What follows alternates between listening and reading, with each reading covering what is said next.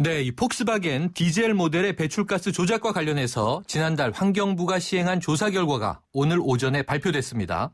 환경부는 배출가스 저감 장치 조작이 확인된 폭스바겐 경유차 15개 차종 12만 5천여 대에 대해서 전량 리콜 명령을 했는데요. 이 자세한 내용 대림대학교 자동차학과 김필수 교수 연결해서 알아봅니다. 교수님, 안녕하세요. 네, 안녕하세요. 네, 환경부가 임의 설정이 적발된 구형 엔진 차량에 대해서 아직 판매되지 않은 차량은 판매 정지 명령, 또 이미 판매된 12만 5,522대는 리콜 명령, 과징금은 141억 원을 부과했습니다. 그러면 네. 지금 강경한 조치가 나온 거죠? 그렇습니다. 사실 생각 이상으로 최대한 우리나라 법적인 한계 측면에서는 최대한 할 수 있는 방법은 다 했다고 볼 수가 있거든요. 네. 과징금도 최대한 15개 기종에 대해서 141억이면은 원래 단일 차종에 대해서 10억씩 부담을 할 수가 있거든요. 네. 최대한 한 거고 또 리콜에 대한 부분들 강력하게 얘기를 했고 또 판매 중지까지 했기 때문에 우리나라 법적으로 할 수 있는 방법은 모두 다 동원했다 이렇게 볼 수가 있습니다. 네, 교수님, 환경부가 구형 엔진 차량이 임의 설정을 했다 이렇게 판단한 근거는 어떤 겁니까? 일단 뭐 소프트웨어를 불법적으로 심어서 실험상에 이 소프트웨어가 실험을 하고 있다는 걸 인지를 하게 되면은 배기가스 저감 장치를 강력하게 동작을 시키는 방법이거든요. 네. 다시 말하면은 핸들이 고정된 상태에서 일정 속도 이상으로 하고 이 주행 모드에 대한 것들을 이 프로그램으로 심어놨다는 뜻입니다. 네. 그래서 이거를 좀 밝혀내기 위해서 환경부에서는 실험을 한 번만 한 게 아니라요.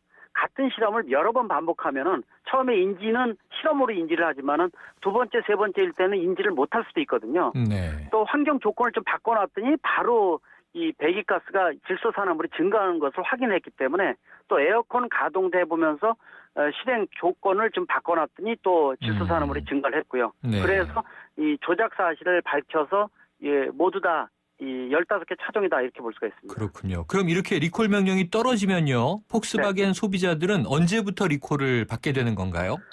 정확한 날짜는 안 나 있지만 내년으로 보고 있습니다. 네. 내년 상반기에 리콜을 시행을 하는데 보통 시행하게 되면 내년 한 1년 정도 계속 시행이 될 것 같고요. 또 대수 자체가 12만 5천 대이기 때문에 네. 이 적은 양은 아니거든요. 워낙 15개 다양한 모델들이고요.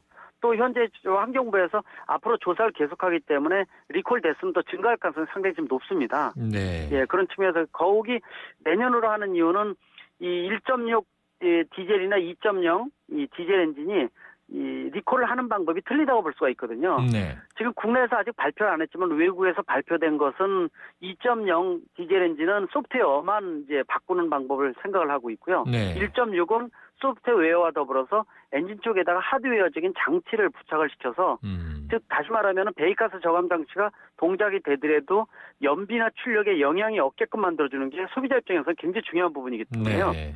이 부분이 입증된 방법에 리콜 방법을 적용해야 되기 때문에 시간적으로 내년 상반기로 추정을 하고 있습니다. 네. 또 이 미국의 경우에는요, 폭스바겐 피해 차량 소유자에게 $1,000 상당을 보상하기로 했다고 나왔는데요. 네. 우리나라도 오늘 조사 결과가 나왔으니까 그럼 비슷한 수준으로 보상 대책 나올 걸로 보십니까? 예상을 하고 있습니다. 이미 국내 폭스바겐 코리아가 본사에다가 이 보상에 대한 부분들을 이미 요청을 했답니다. 네. 그런 측면에서 보게 되면은 지금까지 폭스바겐 코리아가 얘기했던 부분들이 아직 우리나라 정부에서 정식으로 발표를 안 했기 때문에 네. 아직 시행을 못한다라는 얘기를 했었거든요.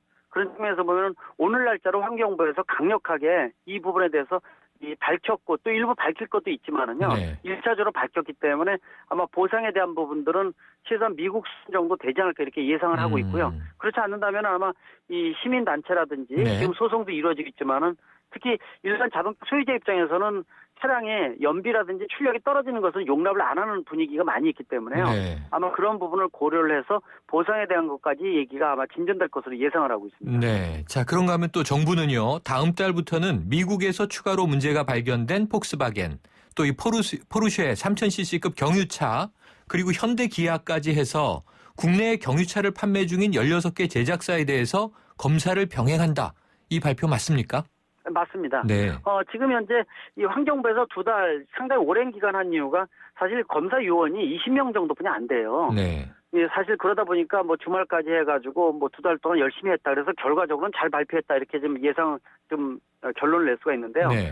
12월 달부터 내년 4월까지 지금 말씀하신 대로 지금 아직 밝혀지지 않은 것들이 있습니다. 지금 구형 엔진이지 신형 엔진에 대해서는 아직 조사가 완전히 끝난 건 아니거든요. 네. 그래서 그것도 병행을 하고 또 미국에서 이미 발표돼 있던 3000cc급 디젤 어떻게 보면은 포르쉐라든지 아우디 고급 차량에 해당이 되는 부분이거든요. 네. 이 부분은 이미 미국 정부에서 발표를 해서 그 부분도 포함이 될 것으로 예상을 하고 있고요. 그래서 네. 그 차를 포함해서 또 타 차종도 형평성에 대한 부분들이 있기 때문에 이 국산차, 수입차 구분 없이 17개 차종에 대해서 조사를 하겠다고 그랬기 때문에 아마 이런 부분들이 향후 이 후폭풍에 대한 부분들이 가능성이 분명히 있다고 볼 수가 있습니다. 네. 자, 교수님 그러면은요. 오늘 환경부의 발표에 따라서 앞으로 이 우리나라 자동차 시장 어떻게 흘러갈 걸로 예상하세요? 일단 디젤이 수입차 같은 경우는 70%가 승용 디젤차가 판매됐습니다. 네.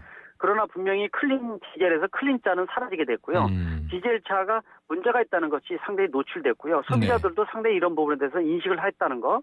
앞으로는 그래서 정부에서 환경 인증도 실도로주행 등 강력하게 나올 것으로 보고 있고요. 네. 특히 노후되는 경유차인 경우에는 도심지에 진입 못하게 하는 이 LEG 제도 같은 또 환경 개선 부담금이라든지 디젤차에 대한 규제나 이 운행에 대한 강화가 좀 예상이 되고 있고요. 네. 아마 전 세계적으로 아마 그렇게 진행이 될 텐데 국내에서는 아마 그런 부분에 제도적 부분이 진행이 되고 또 지금까지 승용 디젤차가 이렇게 잘 팔렸는데 이런 부분도 주춤하는 부분들. 동시에 이 친환경차, 가솔린 하이브리드라든지 전기차에 대한 부분들이 발빠르게 움직임이 지금 움직이고 있는데 아마 이런 부분들이 가속화돼서 좀 더 소비자 인식 또 판매율도 늘어날 것으로 예상을 하고 있습니다. 네, 지금 잠깐 말씀 주셨지만 이 경유차 임의 설정을 환경부가 막기 위해서 실도로 배출가스 관리 제도를 도입하고 처벌도 강화하겠다 이런 얘기 나왔는데요. 언제부터 어떻게 바뀌는 겁니까?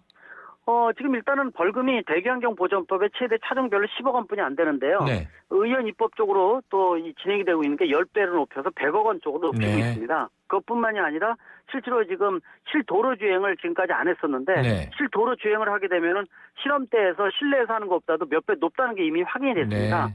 그래서 내년부터 1월부터는 상용차, 또 내후년 2017년 9월부터는 일반 승용차까지도 강화시켜서 시험 기준이 높아지기 때문에 이런 비용 같은 것도 증가할 것으로 예상을 하고 있습니다. 알겠습니다. 오늘 말씀 감사합니다. 네, 고맙습니다. 지금까지 대림대 자동차학과 김필수 교수였습니다.